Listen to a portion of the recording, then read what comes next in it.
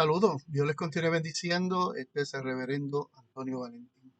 Hoy aquí en su programa Epignosis, un programa que hemos desarrollado, un proyecto educativo, bíblico, teológico, donde estaremos hablando sobre diferentes tópicos y diferentes temas escatológicos, neumatológicos, cristológicos, que nos van a ayudar a poder entender mejor el texto sagrado. Por lo tanto, le invitamos a que usted pueda suscribirse en nuestro programa Epignosis. Se llama Epignosis porque significa conocimiento de lo alto. Por lo tanto, tenemos como aliado el Espíritu Santo de Dios que nos ilumina su verdad y sus escrituras. Y así también utilizamos, además, algunas herramientas de interpretación bíblica como auxiliar para nosotros apoyar en base de calidad y veracidad de lo que vamos a exhortar, vamos a comunicar. Por lo tanto, le invitamos a que se pueda suscribir en nuestro programa Epignosis y así usted puede recibir la alerta de todas nuestras intervenciones, enseñanzas y capacitaciones bíblicas y teológicas. Por lo tanto, le invitamos a que se suscriba a nuestro canal y agradecemos a todos aquellos amigos y hermanos y compañeros de ministerio que nos han apoyado al suscribirse en este ministerio, amén, educativo. Y ha ido subiendo la suscripción y estamos muy contentos. Esto no lo hacemos para gloria humana ni para protagonismo, lo hacemos o lo utilizamos con el fin, el único fin, primeramente, de darle gloria a nuestro Dios y Señor Jesucristo y además para la edificación del cuerpo de Cristo. Este es su hermano Antonio Valentín. Amén, que estamos para servirle y queremos de que usted participe también enviándonos algunos comentarios y además algunos likes. En el día de hoy vamos a estar hablando un poco sobre Primera de Tesalonicenses, un estudio que ya habíamos retomado y puede encontrar varios videos nuestros donde hacemos referencia a Primera de Tesalonicenses, algunos capítulos. Específicamente, hoy estaremos hablando sobre el capítulo 4, un capítulo bien conocido, muy predicado, muy nombrado, que habla sobre el arrebatamiento de la iglesia. Es un tema muy interesante y también muy llamativo porque las personas dentro de su esperanza escatológica necesitan conocer a profundidad qué es lo que realmente quiere decir la palabra de Dios. Les digo desde ahora que no soy dispensacionalista, respeto y, ¿verdad?, a todos mis hermanos, amigos que son dispensacionalistas y que van por esa escuela escatológica. Mi escuela escatológica es bíblica, más bíblica. Vamos al texto bíblico y buscamos las fuentes escriturales y además también podemos utilizar algunas fuentes históricas, patrísticas, algunas fuentes apologéticas que nos pueden reforzar el conocimiento que estamos tratando de exponer a través de nuestro programa Epignosis. Por lo tanto, Primera de Tesalonicenses es una epístola muy importante que muchas personas no le han dado mucha importancia. Solamente algunos textos bíblicos, quizás Primera de Tesalonicenses capítulo 4, desde los versos 13 en adelante. Y es interesante esto porque nos estamos perdiendo de muchas riquezas. Cuando uno estudia Tesalonicenses hay un escenario escatológico, hay una espera, hay unas incertidumbres que hay que atender y el apóstol Pablo, como he mencionado anteriormente, no pudo en el tiempo que estuvo con la iglesia de Tesalonicense, no pudo abarcar muchos temas, especialmente este tema tan importante de la venida del Señor Jesucristo, o ese momento escatológico de su parucía. Por lo tanto, el apóstol desarrolla esta carta y se las envía a ellos para ayudarlos. Algunos cuestionamientos, algunas incógnitas que habían en ellos.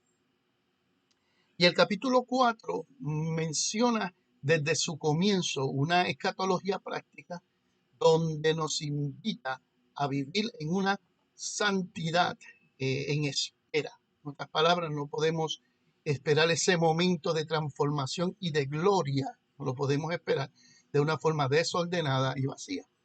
Y él, como dije anteriormente en otros videos, y lo hago como introducción, lo que está sucediendo aquí es que él está promoviendo el modo de vida de uno que espera al Señor. O sea, esto no es algo, una idea o un pensamiento, esto va acompañado con un ethos. Un ethos es un comportamiento, ¿verdad? Específico dentro de las prácticas y las creencias.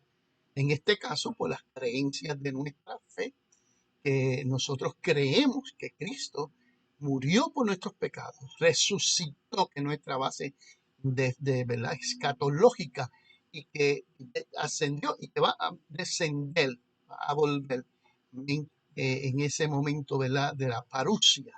Unos le llaman el día del Señor, otros le llaman la parucia, otros le llaman el arrebatamiento de la iglesia, otros, como nuestros hermanos dispensacionalistas, hablan del escapismo como el rapto de la iglesia. Por lo tanto, podemos hacerle preguntas al texto y podemos desarrollar una investigación, pero no queremos irnos demasiado exégetas ni muy eruditos. Queremos que el pueblo pueda entender la raíz de lo que la Biblia nos está enseñando y nuestras, ¿verdad? Y también nuestro conocimiento a base de investigaciones que hemos hecho concernientes a este tema tan importante, tan importante. Antes que nada, la exégesis o la interpretación que le vamos a dar al texto no debe de crear alguna crisis de acuerdo a su escuela escatológica. Si usted cree de la forma que usted cree, a usted se le respeta. Pero hay cosas que son obvias, que son eh, verdades, que no son cambiantes, no son negociables. La Biblia es Biblia, palabra de Dios inspirada por Dios a hombres santos, en el cual no hay interpretación privada ni una idea aparte de la interpretación o de la inspiración de alguno de los autores. No, esto es totalmente fidedigna. ¿Sí? Creemos que la palabra del Señor es pura verdad y se puede confiar en ella. Después que el apóstol Pablo invita a la iglesia a vivir en comunión los unos con los otros, el apoyarse, el ayudarse, pero también vivir de una manera pura, como, como aquellos que son fieles al Señor. Esta palabra de la santidad, que muchas veces es malinterpretada o quebrada, de la santidad que nos está llamando el apóstol, es vivir separados para Dios. No es un tema que vamos a tocar ahora, pero es importante, porque si Cristo viene, hallará fe en la tierra. La fe y nuestra creencia y nuestros comportamientos tienen que ver con esa estructura de la esperanza escatológica. Gloria a Dios. Una vez más, este es su programa Epignosis y vamos a estar hablando sobre algunos temas escatológicos, soteriológicos, cristológicos, neumatológicos y otros más. Pero lo que nos compete es poder trabajar desde el verso 13.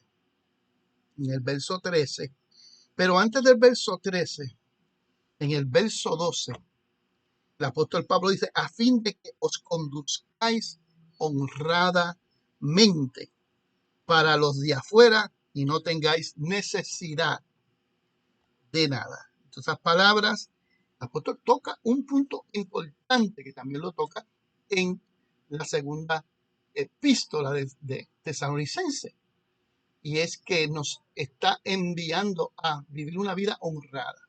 Había un problema, y es que muchos que esperaban la venida del Señor en ese momento histórico que Pablo está escribiendo, muchos de ellos se volvieron ociosos, vendieron todo lo que tenían, dejaron sus trabajos y crearon esta estructura o este pánico apocalíptico. Muchas veces lo vemos en el día de hoy. Y el apóstol Pablo está amonestando que mientras el Señor no haya venido, que sí le esperemos, que le busquemos, que sirvamos, pero que también no nos descuidemos ante las responsabilidades y también nuestra mayordomía delante de Dios y delante de los hombres. Hay una responsabilidad en el hogar, hay una responsabilidad con la familia, hay una responsabilidad en la iglesia, hay una responsabilidad administrativa en todas aquellas áreas y facetas socioculturales, sociofamiliares, sociopolíticos, socioeconómicos. Por lo tanto, Tesalonicense es la amonestación y la exhortación de enfocarnos a una verdadera espera, en una verdadera espera. En una ocasión Jesucristo dijo estas palabras porque vendrá el día cuando nadie podrá trabajar. Está hablando de ese momento escatológico donde ha de cesar todas las cosas, porque el Señor, el Rey de Gloria, ha de penetrar, ha de descender y ha de establecer su propio reino, en ese sentido, en consumación. Por lo tanto, el día dura, ¿verdad? Pero viene la noche cuando nadie puede trabajar. Pero mientras el día está, las personas tienen que laborar. Esto es una metáfora que Cristo utiliza para dialogar sobre esa responsabilidad que nos presenta. Pablo también hace énfasis y otros apóstoles también como Pedro hacen énfasis ante esa necesidad imperiosa de que nosotros debemos tener unos comportamientos responsables ante este panorama. La venida del Señor se habla y se enfatiza desde el verso 13. Y quiero recalcar que habían unas incógnitas. Pablo no había dado una información correcta y a través de esta carta él suministra y llena ese vacío importante. Esos vacíos escatológicos, esos vacíos neumatológicos, cristológicos, soteriológicos que a veces marginan nuestros corazones y nuestra mente y necesitamos respuesta porque para evitar ese enfriamiento. Y el apóstol Pablo les dice a ellos y se introduce diciéndole a ellos: tampoco queremos, hermanos, que ignoréis acerca de los que duermen. Y el concepto dormir o los que duermen es importante en este escenario y en este texto. Algo que utiliza también Cristo cuando dice vamos a despertar, ¿ok?, al que se durmió. Quiere decir que Cristo está hablando sobre un evento sobrenatural, un despertar. La palabra de duermen es un concepto y un término de esperanza. Quiere decir que ante la proliferación griega, quizás también saducea, de que no creían en la resurrección, porque creían quizás como los griegos, en la filosofía griega, la transformación del hombre a una energía, a un campo de fuerza o otra esencia. Pero dentro de en la esperanza escatológica se habla sobre una transformación en la materia, donde lo corrupto va a convertirse en corruptibilidad. Desde Daniel y otros profetas se está hablando de despertar a los que duermen. Y esto es muy importante ante los criterios de algunos herejes y algunas personas que confunden los elementos. Hay algunos como gnósticos de cristianos de la segunda época, el segundo siglo, ya comenzaron a mezclar ese conocimiento, a fusionar ese gnosticismo con el cristianismo y ese, como decimos nosotros, exoterismo de que el hombre va a reencarnar en otra persona. La Biblia no nos habla de reencarnar, la Biblia nos habla de que vamos a ser despertados. Por lo tanto, escucharán su voz y despertarán. ¿Quiénes van a despertar? El pueblo de Dios, la iglesia de Dios. La preocupación en este texto, y esto lo vamos a continuar más adelante, porque no queremos ser muy gravosos. La interrogación era que, ¿y qué si el Señor venía en esos momentos? Recuérdese que el lenguaje de los apóstoles, especialmente Juan, cuando decía que habían anticristos y que ya había llegado, ya estábamos en los últimos tiempos. Ellos visualizaban ya los últimos tiempos, otro término que vamos a trabajar en otra intervención. ¿Qué significa los últimos tiempos? Pero si lo tratamos literalmente, el último tiempo para ellos era que en aquellos días habían unas señales y habían unos acontecimientos que les invitaba a creer que el cumplimiento de la venida de Cristo iba a surgir para aquellos días. Pero como los de Tesalonicenses, siendo griegos, desarrollados en una filosofía antirresurrección, acuérdense que Pablo cuando predicaba en Romano decía que se burlaban el poder de Dios, el evangelio es poderoso para aquel que cree, está hablando de la resurrección y de la transformación de la materia en una forma sobrenatural y poderosa. Entonces, en esta palabra que estamos leyendo, este escenario, se encuentran unas personas, unos hermanos, que ellos están confusos porque ni todavía entienden qué va a suceder con los hermanos que murieron. En otras palabras, dentro de la mentalidad de ellos, había la incógnita, la pregunta, que el Señor viene y nosotros estamos despiertos, estamos vivos, vamos a disfrutar ese, ese, ese momento glorioso. Pero ¿qué sucederá con aquellos hermanos que han muerto, que ya sus cuerpos están en una osamenta, algunos en polvo, algunos están pasando por alguna etapa de pudrición? ¿Qué va a pasar con ellos? Por eso el apóstol Pablo nos habla claramente en Primera de Corintios capítulo 15, otro tema que vamos a tocar también, muy importante, que nos habla sobre qué va a suceder con esa materia que va a o que va a pasar por un proceso de descomposición. eh, y esa es la incógnita. O sea, quizás hasta ese momento ellos no conocían en ningún momento esa faceta del poder de Dios, de tomar todo aquel envoltorio ya consumido y transformarlo. Pablo lo explica en Primera de Corintios capítulo 15. Y esto corrupto se vestirá de incorruptibilidad. Dios no nos dejará desnudos. Dice que mientras este cuerpo va desvaneciendo, este tabernáculo, eso está en Segunda de Corintios, este templo va desgastándose. El Señor tiene un edificio. Esa metáfora es bien importante porque no tiene algo mejor. Un tabernáculo a un edificio significa un cambio drástico dentro de lo que vamos a recibir proféticamente. Bueno, Cristo es la primicia de los que resucitaron y resucitó con un cuerpo glorificado. Y Juan dice, nosotros somos hijos de Dios, pero aún no somos perfectos. Pero cuando le veamos, seremos tal como Él es. Qué maravilloso, hermano.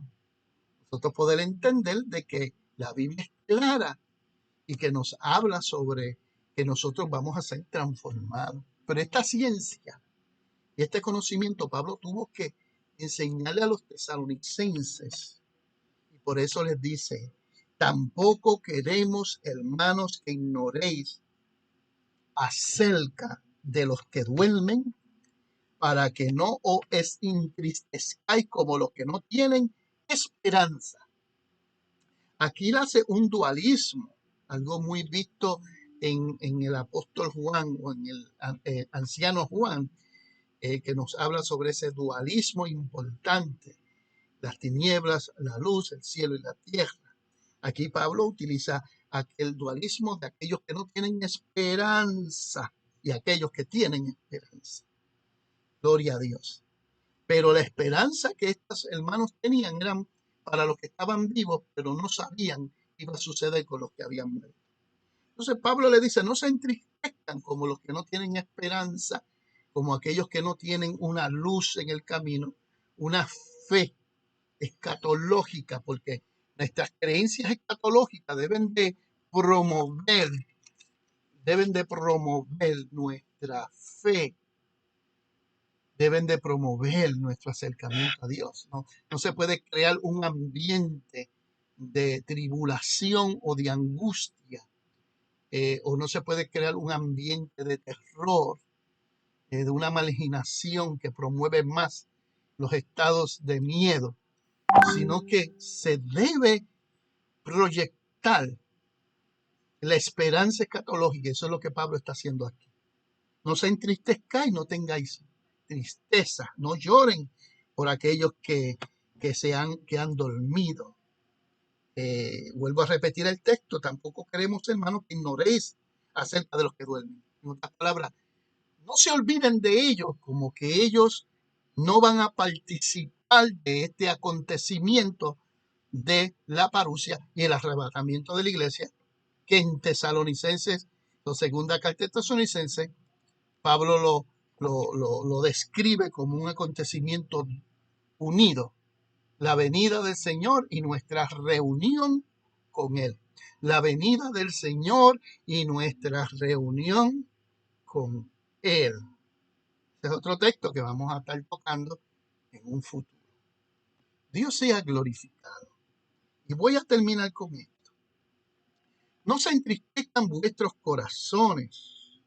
Es algo muy importante dentro de esta esperanza. Bueno, nosotros hemos tenido la experiencia de que muchos seres queridos han muerto, pero teniendo nosotros esta revelación progresiva, el saber de que va a haber un acontecimiento donde los que están durmiendo van a resucitar, nos está dando a nosotros la esperanza de que no solamente nosotros vamos a participar de esa gloria, sino que también vamos a poder compartir y vamos a poder mirar o ver aquellas familiares que murieron en Cristo Jesús. Toda la gloria es de Dios. Es un texto bien esperanzador para donde quiera que nosotros apuntemos. Fíjense, el versículo 14 nos exhorta. Y como dice, porque si creemos. Y a mí me llama la atención ese sí condicional. Es un sí condicional. Porque si creemos que Jesús murió y resucitó. Fíjense que Juan nos dice a nosotros y nos dice el Evangelio también, que si nosotros creemos que Jesucristo murió y resucitó, tendremos vida eterna. Y esa es la fe que habla Pablo en Romanos. La creencia, la predicación del Evangelio, la base de la fidelidad que nos habla Juan en Apocalipsis. El testimonio de nuestra fe. El testimonio de la iglesia del primer siglo en medio de la persecución, en medio del martirio. El creer dar su vida para recibir una vida mucho mejor. Y nos está hablando Porque si creemos, si tú crees que Cristo murió y resucitó, porque cuando Él muere, Él vence la muerte, vence el pecado a través de su muerte. Oiga, qué tremendo. Y cuando resucita, vence a la muerte. Alabado sea el nombre de Dios. Entonces, esa base de fe es importante.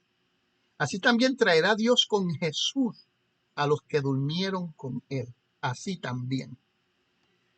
Mire, la gente lee al papagayo, como decimos. Había una hermana que descansa en el Señor que en una ocasión me puso a leer un texto bíblico y me acuerdo yo que yo lo leí tan rápido y ella decía, hermano Valentín es un ejemplo de lo que es leer al papagayo. Esto es un chistecito que decimos. Pues así mismo hay personas que leen al papagayo, leen rápido y no se detienen a mirar la estructura del texto, que los detalles son importantes. Porque primeramente tenemos que creer que Jesús murió y resucitó. Pero cuando vemos que dice así también, Pablo en Romanos capítulo 6 nos habla también o igualmente que así como Dios levantó a Jesús de entre los muertos, así nosotros hemos sido levantados. Oiga bien, hemos sido levantados. Claro, no está hablando en ese momento de un evento escatológico porque no ha sucedido, pero en que hemos sido levantados, porque para nosotros poder levantarnos en el arrebatamiento de la iglesia, nosotros tenemos que experimentar el levantamiento de que nosotros hemos muerto en Cristo, conjuntamente con Cristo y resucitado a una nueva criatura. La nueva criatura es aquella que va a experimentar. Esa nueva criatura se diferencia de la vieja criatura. La vieja criatura está viciada con todos los elementos de pecado, que no se sujeta a la voluntad de Dios ni quiere. Pero la vida en Cristo, la nueva vida, el hombre recreado, experimenta los beneficios del reino de Dios. Entonces, eso se logra cuando nosotros hemos creído que Jesús murió y resucitó. Y hemos aceptado por fe, hemos recibido, nos hemos arrepentido. Ha habido una regeneración profunda en nuestras vidas cuando nosotros hemos pasado por ese proceso. Hemos sido justificados, hemos sido declarados justos. Entonces, aquí Pablo lo dice también, así también traerá a Dios con Jesús a los que durmieron en él. A los que durmieron en él. Es decir, que no se despega el asunto de que unido a Cristo es que el creyente prospera, crece, es transformado, pasa por las transiciones sobrenaturales, aún después de la experiencia de la muerte. Su esperanza es una esperanza viva, como decía Pedro, una esperanza viva, una esperanza que no muere. Es decir, que así también Dios nos levantó de entre los muertos, pero los muertos que estaban en pecado, para experimentar una resurrección espiritual en ese caso, es una antesala de la resurrección física. Tenemos que disfrutar. A veces yo, discúlpenme, ¿verdad? Lo que voy a decir, respetando la opinión de mis colegas, maestros escatológicos o unos pensadores o algunas personas que están en el pueblo. Hablamos mucho de irnos con Cristo, hablamos mucho de levantarnos en el rapto, porque tenemos que irnos, porque esto va a ser destruido, porque esto va a ser arruinado. Ese escapismo que yo no respaldo el escapismo, porque en el creyente debe haber una esperanza escatológica de que Cristo viene para recibir una transformación, un cambio. pero a veces nosotros utilizamos ese concepto de escapismo en una forma muy egoísta. O sea, que el Señor venga, me lleve y que el demonio se lleve todo lo que hay aquí abajo. El anticristo destruya a todo el mundo. Después que yo esté arriba con el Señor, ya todo está bien. No, mi hermano. No, mi hermano. Hay que disfrutar nuestra resurrección espiritual. Tenemos que disfrutar y reconstruir y hacer crecer, como decía el apóstol, nuestra salvación que hemos recibido por gracia. Y nosotros tenemos que disfrutar esa experiencia, esa resurrección. Cuando Pablo decía, de modo que si alguno está en Cristo, en Cristo, en Cristo. Las cosas viejas pasaron. Está hablando de que la vieja criatura murió. Y aquí todas son hechas nuevas. Hay una resurrección espiritual a una nueva creación. Somos una creación nueva. De acuerdo al griego, dice creación distinta nunca ha habido en el pasado. Porque participamos de esa naturaleza del nuevo Adán. Y el nuevo Adán es mucho mejor que el primer Adán. Porque el primer Adán, siendo de ¿verdad? Su naturaleza perfecta, llegó a cometer transgresión, se convirtió en un ser imperfecto. Cristo mantuvo su perfección, fue obediente. Damos gracias a Dios por eso. Fue tentado en todo. Fue tentado en todo, pero sin pecado. Qué maravilloso. Entonces, nosotros, nosotros hemos sido resucitados de esa vieja vida. Por eso él decía, la Biblia dice que ya en nosotros no puede haber esas costumbres de una vieja criatura, sino que nos invita a hacer morir la obra de la carne en nosotros, en otras palabras, vamos a ceder, crecer hacia esa imagen. Y ese es el trasfondo que nos está hablando Pablo. Y les está diciendo a ellos que si ustedes creen que Jesucristo murió y resucitó, también Él va a traer con Jesús a los que durmieron en Él. Está diciéndole que si aquellas personas que han muerto, que son familiares de ellos, que por cierto, o algún amigo o algún conocido, y ese ha creído en Cristo Jesús, hay una promesa de que esa persona no se va a quedar ahí. Esto es, esto es mucha tela que cortar, mucha tela que cortar. Alabado sea el nombre del Señor. Cada vez que yo leo esto me lleno de esperanza, me da mucho ánimo. Maranata, Cristo viene, no estamos perdiendo nuestro tiempo, estamos creciendo en el Señor. Y por lo tanto, eh, eh, estos textos bíblicos que vamos a continuar en otra clase, posiblemente en uno de estos días, continuamos con esta palabra que es importante, que ya comenzamos hablando sobre el día del Señor y algunos le llaman el arrebatamiento. Y vamos a estar hablando sobre ese acontecimiento que significa arrebatamiento, usando los términos griegos y los tiempos verbales, para traer entonces una interpretación. Pero hay que estar pensando que Pablo utiliza una alegoría muy importante para traer una verdad profética y escatológica. Y es algo que hay que tomar en consideración y la gente no la toma en consideración. Desde que Pablo hablaba, él escribía a los gentiles y él tenía que usar algunos elementos, algunos conceptos que ellos conocían. Eso lo vemos cuando utiliza abogado, el concepto de abogado, el paracleto, cuando utiliza el concepto de justificación, el concepto que se utilizaba en las cortes romanas, y diferentes conceptos importantes que ellos podían entender.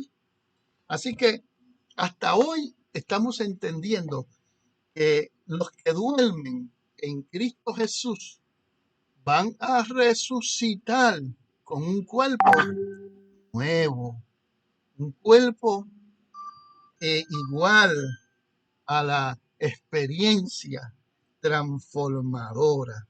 Alabado sea el nombre del Señor Jesús.